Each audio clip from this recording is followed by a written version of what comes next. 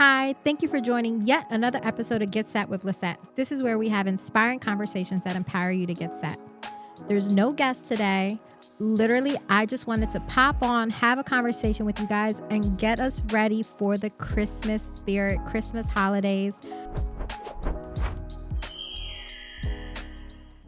Today's conversation is going to be lighthearted. It's going to be joyful and cozy, but also honest, because I'm always going to keep it honest with you guys.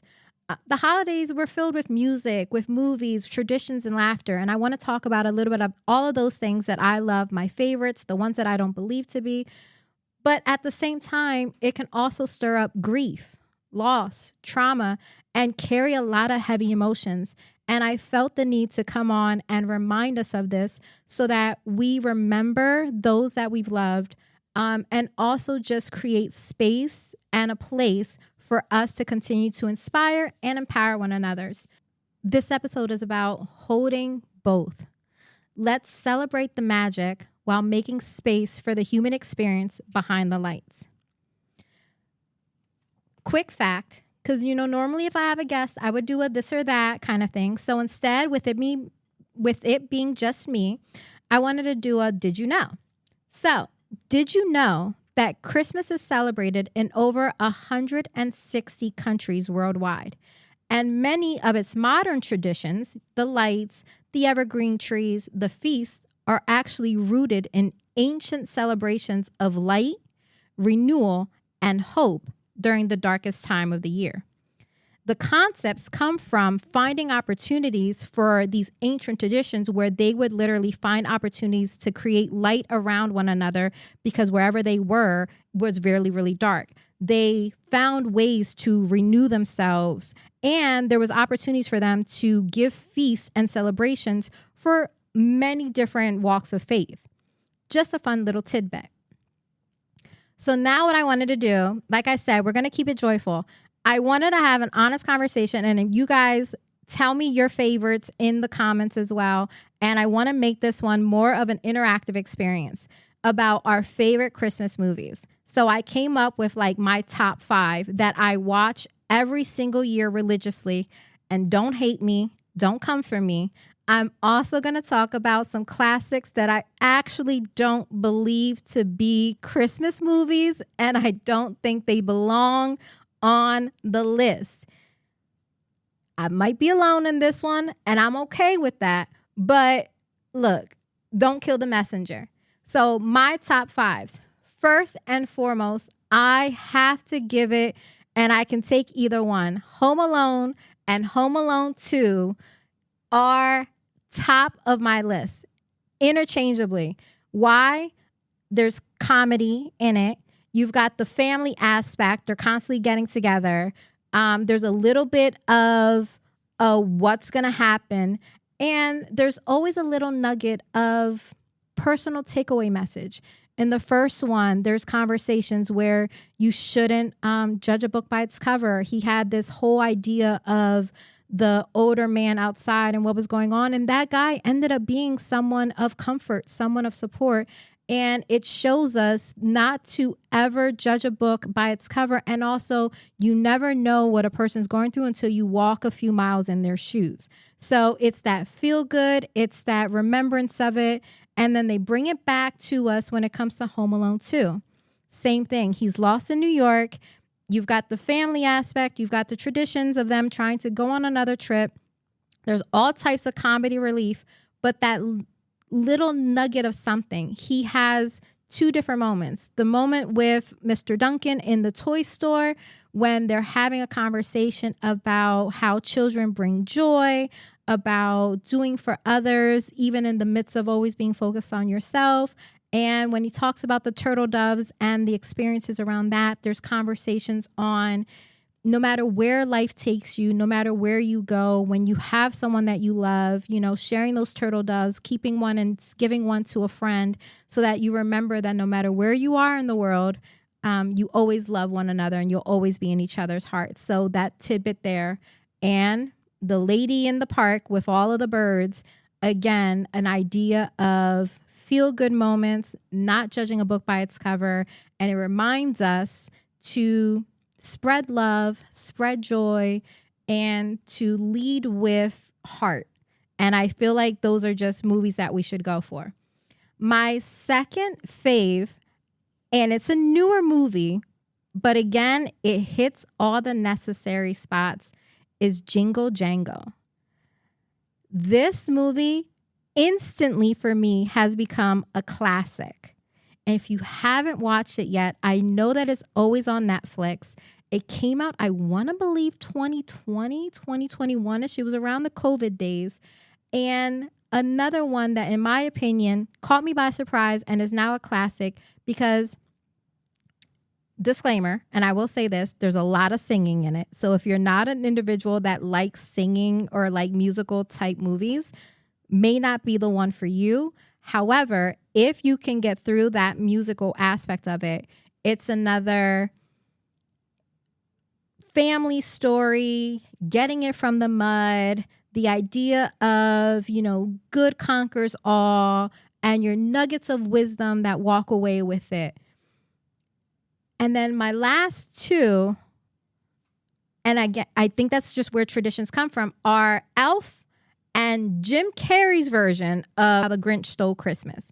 You gotta have those classics. Now, again, I'm doing this and I want you guys to tell me what are your favorites and the reasons why. I clearly am going for the feel goods, the families, and you always need to have a little sprinkle of comedy, because if I can't laugh through the pain, if I can't laugh through the trauma, then what are we doing? Because Christmas can feel like a lot.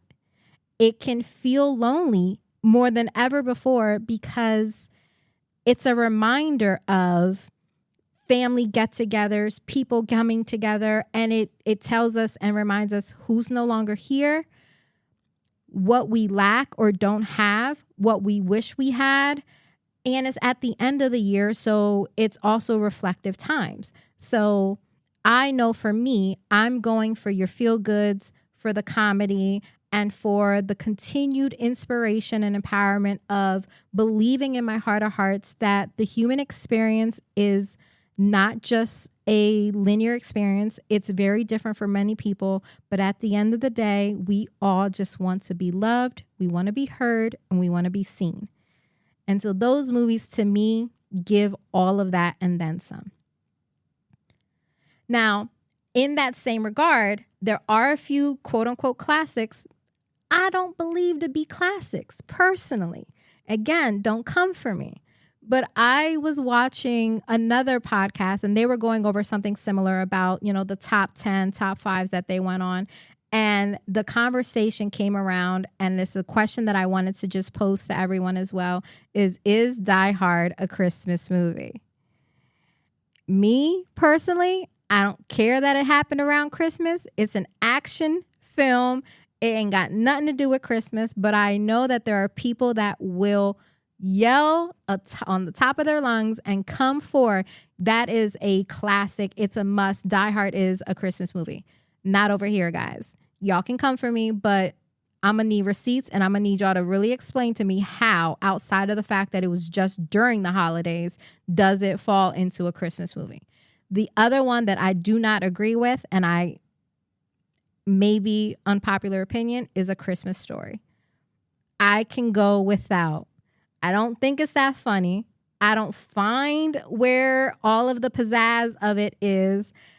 I know that it was, done in a later time, and it's supposed to be a movie about even later times from then. And so I can understand I'm not even gonna lie to y'all. I can't understand anything about it. I don't get why it's such a classic. I don't find it funny. I don't really care for the storyline. And while, yes, it's this whole Christmas experience and we're watching this family go through all of the ins and outs, I think the only thing that's relatable is that for as much as we all want to make Christmas be perfect, whether it's the perfect Christmas meal, the perfect gifts, and the perfect whatever, it's a reminder that for as long as we're living, things are going to just happen. Stuff is going to be what it is, and laugh through it all. That would be my takeaway from it, but that's it. Now, I wanted to talk about these things though, because I just wanted to remind us, just give you guys a little bit of personal, this is what I love. These are my takes. Again, don't come for me, but also just, it's something nice to do with family. I personally have a tradition of watching movies with my loved ones. We will sit there and we will watch a few of these classics. And now that I'm in my older years, if I'm not with family, I still personally watch them by myself. And in doing that, it creates opportunities for memories and just feel good moments, even when I am preparing for the Christmas holiday. I do personally believe another area that we have a lot of when it comes to Christmas are our Christmas songs. And so I just did my top 5 for Christmas movies. Now I'm going to shift into the Christmas songs. Why Christmas songs? Because I feel like music can unlock memories as well, just like movies do. It's a little tidbit of a memory piece. You hear a song and it'll take you to a moment. It'll take you to a different place in time. It'll take you to a certain feeling, a certain emotion, both joyful and at times painful. Songs bring up a lot of emotions for people that, at times allows us to work through things that maybe on our day-to-day we choose not to do. And I feel like coming up with my list for music was harder for me because there are a lot of classics outside of the movie world. When it comes to my top 5 Christmas songs, I'm not going to lie, I didn't have them. I have genres of Christmas songs that bring up my top 5 because there's just too many. First and foremost, Mariah Carey is Christmas. Period. There is not a song when it comes to her entire Christmas album, beginning to end, I'm listening to it. I am playing it. It is on repeat during the holidays. You're going to give me All I Want for Christmas. I want a little Oh Holy Night in there as well. I'm talking, give me Mariah Carey in her beautiful red gown, singing at the top of her lungs, doing what she does best. I live for it. I need it. That is Christmas. I also feel this way, and it shows you my genre. I have a little bit of everything in me. I feel this way about Michael Bublé. He's got some classics. Again, don't come for me. I'm not a huge Michael Bublé lover, but when it comes to Christmas, the man got some hits. So he's on my list too. I didn't give you a song, but he's in there. Another classic for me, and don't come for me, come for your mom. Let It Snow, Boys to Men is Christmas. That's all. You can say what you want, but at the end of the day, that to me is Christmas. Let It Snow, while yes, it's more of about the winter experience, but listen to the lyrics, hear what it is that they're saying. It is a Christmas song and it's a classic. And every time I hear that song, I am instantly transported to my adolescent years. I am instantly back to an easier time, a more simpler time, and I am vibing. I am feeling all the feels, and I am having myself a beautiful Christmas holiday, like they say. That's just what it is for me. There's no coming for that. And then my last one is not, again, a particular song, but I am of Puerto Rican descent. So we sing a lot of what's called plena and bomba. And if you learn anything about plena and bomba, the origins of the music itself go years and years and years, decades of years behind. And it was more of an opportunity for people, my more indigenous side of family, people on the island to share messages and, stories with one another. And the stories would continue to be passed down from generation to generation to generation through these plenas, through these bombas. And so there's many different types. It's not just Christmas, but for myself, plena during the holidays is Christmas. You know, I have vivid childhood memories going to my aunt's house in Philadelphia and us doing parrandas, which equates in English to caroling, I guess, kind of. It's like a type of caroling. It's, you know, you go from house to house to house. And as you go to every house, you know, you're singing music. You've got the, you know, the guiro and the bongos and everything going. And then those individuals from there go to the next one. And it just, you know, it's a beautiful thing. And so for us, we would just have like Christmas meals at, you know, at my aunt's house. And we would just have everyone in one place singing these songs and, you know, experiencing it. And it was a whole beautiful production. You know, my dad was on the guiro and, you know, I'd have other family members, you know, playing the guitar. And again, I think that that's the theme of this conversation. When I'm giving you my favorites, it's not just a matter of like the music for what the music is. It's about where it takes you and how music can transport you immediately to a particular moment, time, feeling, and it heals. Like music is healing. And I feel like during the holidays, that's where this balance comes from. There is this beautiful balance of joyfulness that one can feel with grief. Two truths can be true.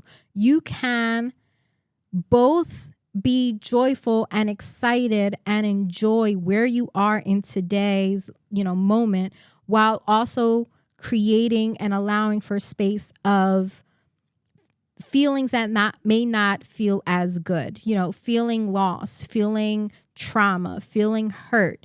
And I just want to make sure that when I'm giving this little joyful, happy, go lucky moment, that I still make space and that I acknowledge that I also understand that some memories may not always be great. There may also be a lot of loss associated with the holidays. And I wanted to make sure that we find opportunity for both to exist in the exact same time. As weird as it is, I find it interesting that the holidays, like Christmas, and there's so many other traditions that come up, I find myself being, in my older years and in my adult years, finding myself being both proud of the Spanish traditions that I come from, but then also nervous of the ability to maintain those traditions. I recognize as I get older and I see the next generation coming up and how my family has evolved and the things that are going on, I have seen such a shift in the holidays. It went from everyone being together in one location to multiple events happening and at different points or in different times. It's gone from, you know, my aunts and my mom and a bunch of women coming together and making, again, another Spanish meal. Like they make pasteles, something I've never even learned to make. And I find that as I get older, I feel the need to hold on and grasp tighter these traditions of pasteles, of the parrandas, of the plena music, and of all of these traditional moments that I experience. And I want to cherish those moments as much as possible because I'm realizing that there are more memories behind me than what I see coming ahead. And I hope to continue to make new memories and I want to build on things. But I do recognize that there is a shift in the way that things happen today.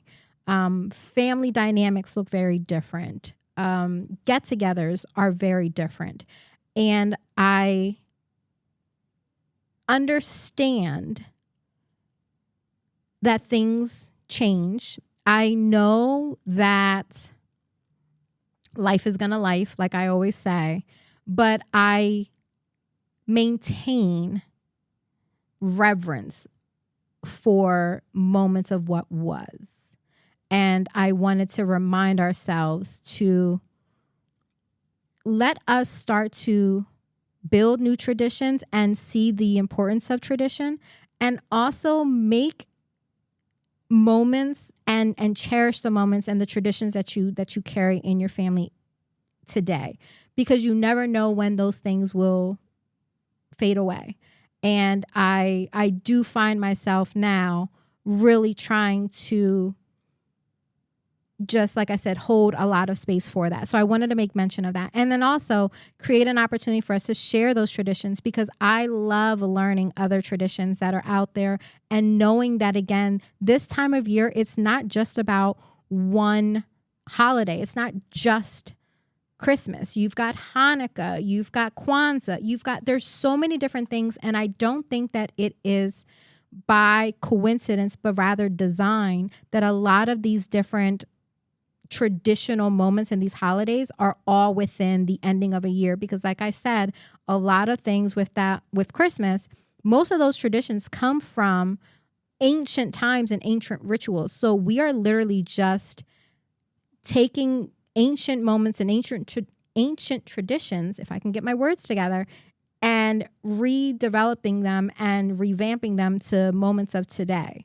So with that, let us start to either cherish and hold on to our traditions that we've had, or build out new ones and find the family that you want to surround yourself with, and make time for those that bring you peace, bring you joy, and that you can break bread with. So that's kind of like where I'm at with all of that. I also wanted to just acknowledge and celebrate, like, light exists across many different cultures. And like I said, different opportunities. So like with Hanukkah, light, resilience, remembrance, they've got the 7 candles and for it. During Kwanzaa, there is like more community focus and purpose and the idea of collective values, right? And then you've got the winter solstice, which is talking about rebirth, stillness, renewal. Across all of these cultures and faiths, like, this season is really centered around light returning, reflection, gratitude, and hope. It's reminding us that we are more connected than we are different. And I find it to just ensure that we remember that, because even in the acknowledgement and in the understanding that there will always be grief and loss, and estrangement, a lack thereof, trauma that is there also still can be permission to feel joy and sadness literally at the exact same time.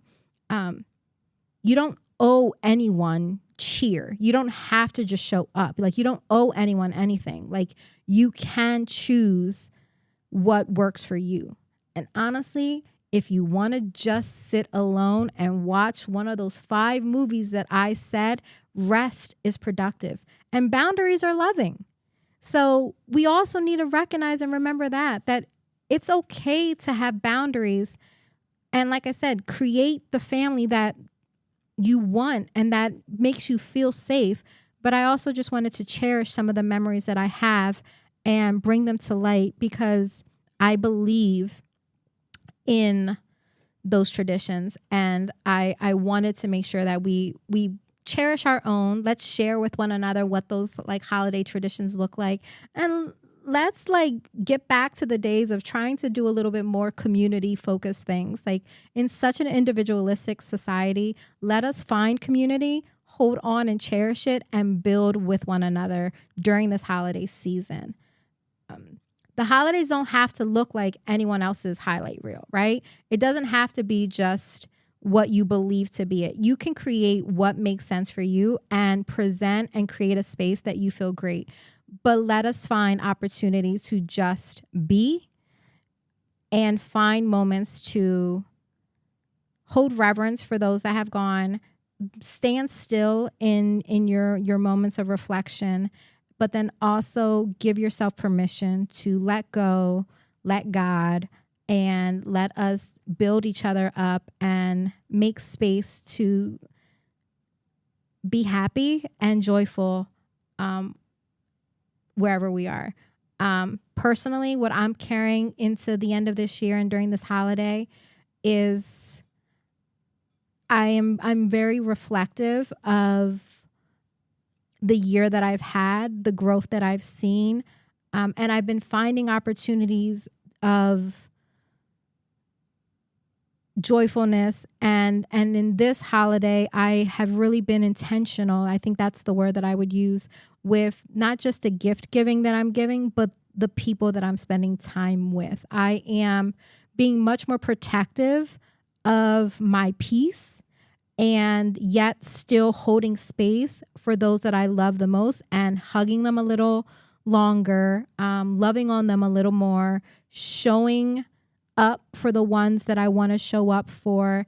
And I think that if we continue to be intentional with that, you will find that you can show up authentically, true to who you are, and hold space for a little bit of everything. So I wanted us to just kind of remind ourselves that, like, you're not behind, or you're not lacking, you're not without, like you're becoming whatever it is. And I think that the holidays at times can allow us to forget that, but I wanted to just take a moment to remember that. And like I said, I feel like I'm going a little deep now, so I want to make sure that, like, we can kind of keep it lighthearted. I wanted to just send light and love, like I always do for the holidays. Share a few little fun facts about traditions. Share with me what your traditions are. Enjoy one another. And honestly, like, let's just have a conversation. Let's talk about what are your favorite movies, your favorite songs, your favorite traditions. And if I don't have any, let's start creating them. Let's create our own traditions. Let's make that a thing. Let's make space for what makes sense for you. And remember that in the midst of every and anything that you have going on during this holiday time, whether you are excited to be with family or this holiday season you're going to be alone, know that I'm lifting you guys up. I am always and constantly sending you light, sending you love, and Merry Christmas, Happy Kwanzaa, Happy Hanukkah, and let us continue to just spread joy and light and enjoy the holiday season. Let's keep things going. So sending light, sending love. Mwah. Bye.